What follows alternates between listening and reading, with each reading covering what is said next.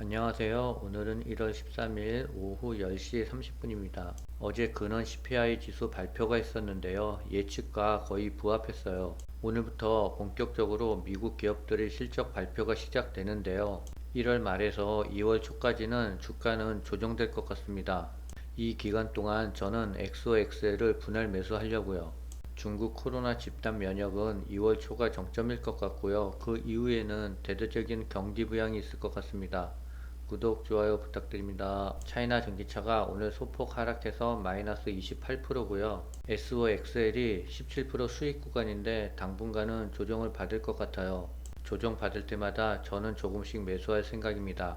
어제 근원 CPI 지수 발표가 있었는데요. 예측대로 나왔어요. 그리고 신규 실업수당 청구 건수는 20만 5천 건으로 예상보다 작게 나왔습니다. 그래서 어제 주가는 혼조세를 보이다가 장 막판에 조금 반등했어요. 오늘부터 본격적인 기업들의 실적 발표가 시작되는데요. 현재까지 발표된 기업들의 실적은 양호한 것 같습니다.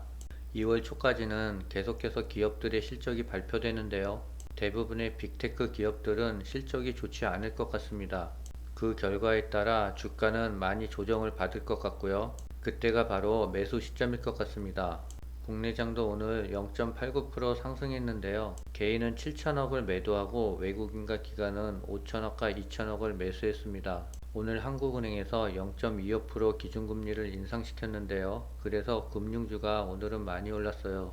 삼성전자와 네이버가 단기간에 많이 상승을 했는데요. 아무래도 정고점 부분에서 조정을 준 후 다시 본격적인 상승을 할 것 같습니다. 블룸버그 통신에 따르면 대만의 TSMC 반도체 회사가 작년 4분기 순이익이 약 12조 1,100억 원으로 전년 동기 대비 무려 78%나 증가했답니다. 하지만 TSMC는 올해 설비 투자를 작년 대비 최대 10%를 줄이기로 했고요. 삼성전자의 고민도 깊어지고 있답니다. 중장기 투자는 유지하지만 신속 탄력적으로 수요에 대응한다는 방침에 따라 올해 파운드리 설비 투자가 전년 대비 감소할 것이라는 전망이 나오고 있어요. 전 세계적으로 경기 침체 우려가 커지고 있으나 미국은 올해 침체를 비껴갈 것이라는 전망이 나왔는데요. 연준의 가파른 기준금리 인상에도 탄탄한 노동시장 덕분에 미국 경제가 선방할 것이라는 이유입니다. 골드만삭스는 올해 인플레이션이 완화 국면에 접어들 것으로 봤으며 미 연준이 오는 2월과 3월, 5월 세 차례 금리를 0.2포인트씩 올린 다음 금리를 유지할 것으로 전망했으며 올해 기준금리가 5%를 조금 넘는 수준을 유지할 것이라고 분석했습니다. 차이나 전기차가 0.62% 하락했어요. 주가의 방향은 바닥을 다지면서 점진적인 우상향을 하고 있는 것 같습니다.